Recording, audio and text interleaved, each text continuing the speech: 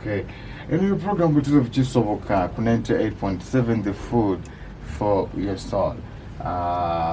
Program buli kanwa mukaga tubeerawo ssaawa ziwera 5 okutuuka ssaawa ziwera 7 tuba n'abagenyi ab'enjawulo n'ebintu eby'enjawulo bye twogerako era nga bulijjo tulina omukugu waffe mu by'obulungi babira byakunyirira bya bulungi simanyi bulungi naye nga kyonna gye kiri yatuuse dda nze yatuuse dda ndo wedda ali awo wabweru naye nga mugamba manyi dakika zinasatu kati tuzikekejeddeko naye nga of course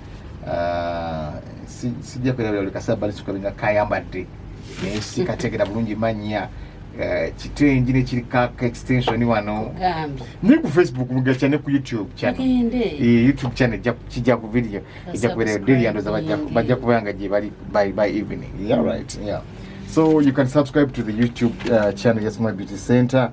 Nalabye ko ne WhatsApp group je twayingiddemu abantu nga boliza ebibuuzo mu WhatsApp group babuuza ebibuuzo nkuyanja babyagadde bambi. Yeah, so ndoza kalinki nibakafuna batani bayigirako bakyala olaba beebuuza ojja kusaba kalinki oyegere mu WhatsApp group eyo naye ejja kubanga ekola tulina one be running she will be telling us maybe she will come and inform us about ajja kubanga atubuulira maybe ajja kufuna megafuna naye atubuulire WhatsApp group engeri gye tunyinza okujoininga but of course olunaku lwaleero njagala tuyite ku nsonga y'oluwumo naye kakati kankukkirize weyanjule obuuze ku bantu obalagire Small Beauty Center tugende ku luwumu. Yes, nsanyusa okubawuliza bakasitoma abalungi, nsanyusa okuba nti munzikiririzaamu, nebaza Mukama olwabo bonna abazze ne banona ebintu byabwe, nebaza Mukama olw'okuba nti mumpagidde ne musindika n'abantu abalala. Nkyebaliza Katonda era ekitiibwa gwe nkiddiza. Small Beauty Center tuli ku Parkview building. Parkview kizimbe kiri wakati wa Majestic ne Gatherland. Oyingirira ku gate etwala ku Uhuru Restaurant. Tuli waggulu wa Uhuru Restaurant, tuli wansi wa Edimotwe Saloon.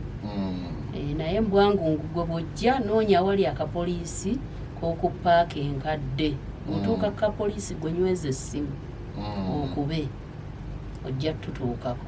Okay, kino kikulu nnyo. Kati mbadde nsaba tuyite ensonga zino z'olumu twayogerako ndowooza mwaka guli naye buli kanaku tuba twagala tuddingana.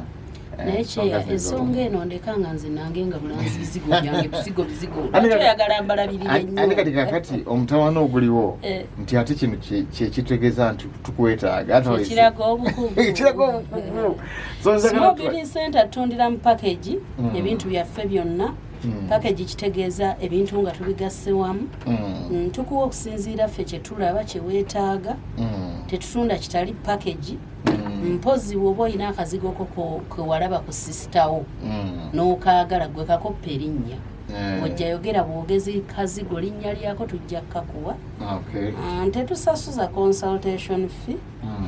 Small Beauty Center pozi nti waliyo abagezaako gifaanana era ekikulaga nti baba bakoleddeko mu eri erinnya ekyo kyongera okulaga obukugu bwe tuyina n'obulungi bw'ebintu byaffe. So jangu Parkview kozesa simu zaffe zokka chairman zakusomera zokka. Ogambye tukole ki? Njaga twogere ku kigambo ky'olumu. Ebyolumu tubirina bajje bagule pozi kyekireta olumu. Anyways, kati kankwebulize kati aluyina ye aba aluyina ajja buze kumujjanjaba ajja buze tumujjanjabe pozi ka buvubuka wa hygiene embeera eya communion tomanyi ya mu church yokka kusembera Holy Communion naye abantu bakozesa nnyo enkola ya communion kugabana bikoko okussa ekimu mu ngoye guno si kussa kimu kyamwe mutukuvu wala kyamabaafu amabaafu engoye wetunaabira kiyinza okuba oke kuba tulongoosaawo naye twetaaga okuba omuntu olina ebintu sharing amabenseni, sponge, engoye, emijozi oba uniform abazannya ku mipiira. Olumu luno luva nnyo mu baana abuvubuka nga bwe tugambye kati ku masomero eyo bagaba n'ebintu bakozesa wamu tosobola kibajjako kuba bukyo bwe kiri baba abavubuka bakolagana. So okujjanjaba olumu kyetaagisaamu nti owonye otya nga tonnaba nakujja mu Smile Beauty Center oba bw'onajja ojja ne tukolako olumu gwe mwennyini nzijukiza do's and don'ts kuba kati kuliko obuyonjo obw'ekika ekyawaggulu ennyo okwewala ebintu ebikozesebwa bigabana n'abalala ng'ebbaafu bw'oyoza engoye n'ozaanika yanika nga zikalidde sijjeyo nga zikalidde ddala ku waya kozesa nnyo engoye engolole. Okweyonja okw'ekika ekyawaggulu okweyoza ennyo mu mubiri gwo okudiwaaminga.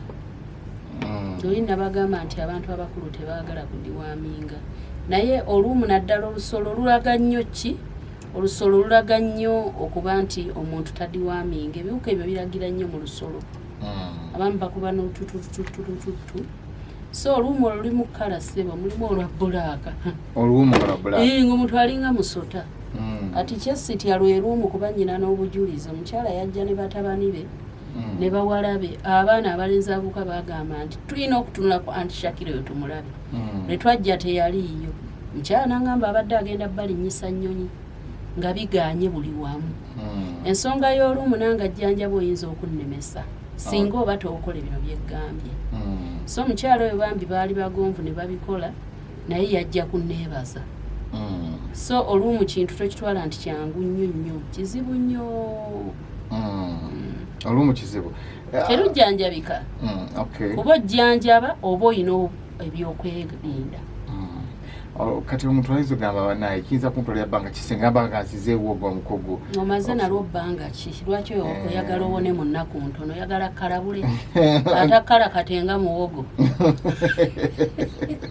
so alina kukigumira mpolapola olina okugumiikiriza kutandika okulaba enjawulo wiikisi 2 myezi 2 omuntu aba ateredde 2-3 omuntu aba ate olumu asobola okuwona nalooza lugenze naye nga lwewogomyeko lwewugudde nga lujja kudda so mba saagala ompapye mu kintu kyonna kye tujjanjaba ku Smile Beauty Center twagala otugumiikirize kuba mwagala ebintu ebiri oganiki kati ebyo ebintu bikola mpola naye bwe bikola biba bikoze so olwabadde abuuza nekibuuzimuza kitatu tekivaako naye ngajaga nkyo kiseewo nti ensusu z'abaana nazo ozikolako abaana balina ebintuntu eczema ebyo ate naddala abaana kati mwana atuuka omulekera mukozi gwe mwennyini bwodde wakati owaayo obuvunaanyizibwa ga nti kobuwa omwana gyasiibye tomanyi bye yasiibyemu ate ku makya okeera nnyo so obudde bw'oliko n'omwana bukozese waakiri gwe omulabirire ogenda okuvaawo ng'alidde akkuse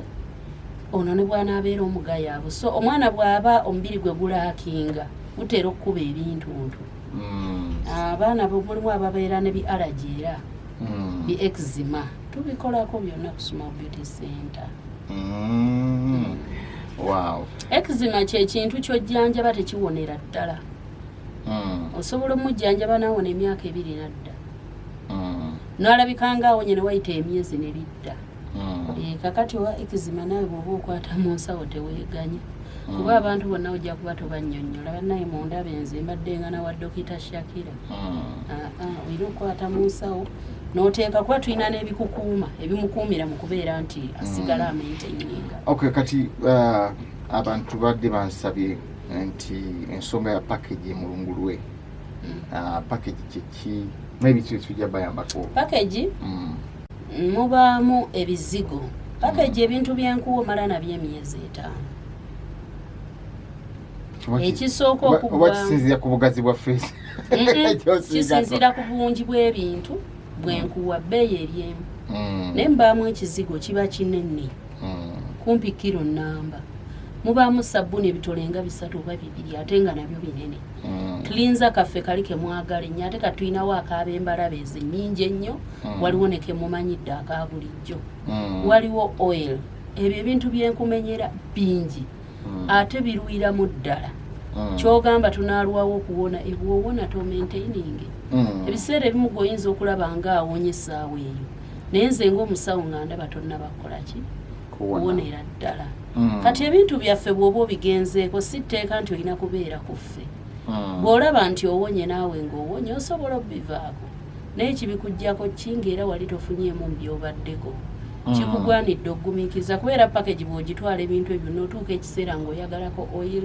sabbuuni na bizigo kuba oba obikozesezza ebirala nga bikyalina bingi oba nga watereera mwekyo okusaba tonkaka chairman buli muntu alina enkola yewe tukola kumungula nsonga ya package ne bana bagana tulize nzize njagala just katukawona kyonkako okujja ng'obadde nga tojja kuva lwampulira era nga bw'osazeewo okujja eri yonna biganye gye babadde nga bakakuwaako kati jangu wano tukole ki so temutya temufaayo mu ngeri yonna nja bakolako mu mbeera zonna nja kulabika nti mbakola ki mbajjanjaba mu linnya erya Yesu. Nga tunagenda ku beauty tip njagala nsooke mbawe enamba linki bagiwulidde kalinki kyetulira gwe tulagaawo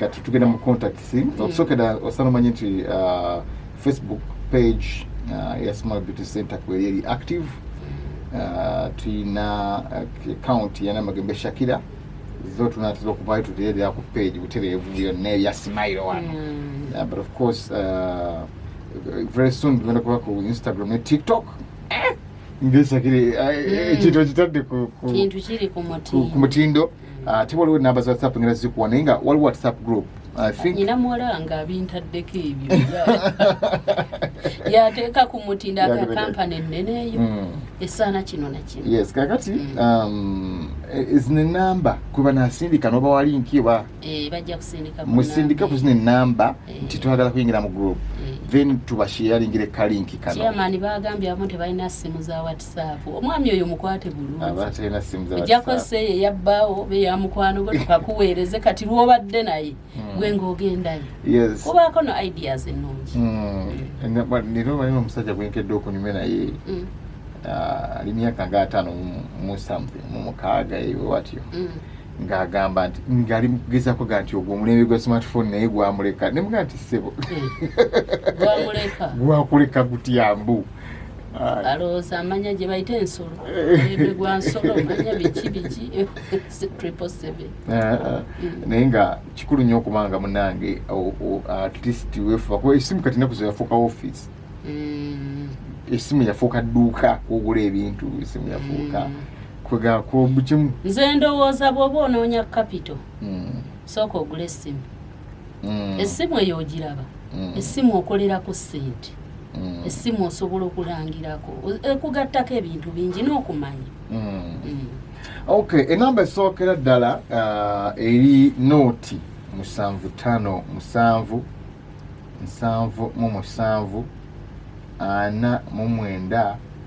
49 nkudiramu nooti 75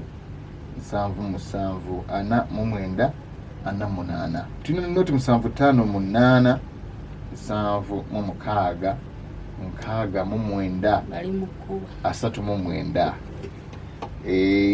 katubaleke sinabo kavagi nyonya amazzi agamala lya greens olye n'ebibala mu byonna fubanga nnyo okweyoza mu lubuto okyasobola okugaa nti lukyali lunene naye olubuto luzito bwennyo ebirwadde bingi ebitambulira mu mbeera eyo ogejjulukuka wenna n'otuuka okutuula ng'entuulayo mu butuufu tematizza wenna otuula neekooyedde embeera eyo otambula wenna nagalaale n'atuula ku booda n'olabanga ekitereke so olina okufuba okwerabirira wadde ng'oli munene naye nga towejja bamanyi okutambula ekibuga kyonna ne bajjukira ogenda ewa Shakira ne balinnya amadaala n'atuuka ali n'agwa mu ndeku omulowooza oba azirise n'agamba amadaala ago Shakira amadaala ago naye nga yasoose kwetooloola so tufube okwerabirira n'omuntu omunene abaako engoye zimunyumira abaako entambula entuufu gy'atambulamu si kuggwamu ssuubi Okay, bwe tutambudde tulagirire kwali ku Park View Building. Park View Building eri wakati wa Majestic ne Gatherland ku Street. Opposite ne Mini Price awo ku parking kadde waliwo akapoliisi. Bw'otuuka kapoliisi gwe nyweze essimu yo otukubire essimu ezo ze bakusomedde. Alright. Waliwo n'abamanyi okwo essimu nga tebaazikutte ne bagenda ku Google. Bazijjeeyo bangi. Okay. N'abalala ku Facebook. Alright. So ojja kuba ng'otyping Smart Beauty Center obeere ng'ozifuna. Aboolumu mbalinze. Kabulumu. Abaana mubaleeta aba eczema. Mwenna mujje tukole ne ku nsusu n'ebirala byonna. Wow. Bwetyo Smart Beauty Center betambudde tugenda kubanga tukomawo twongera okubanga tuwayawayamu.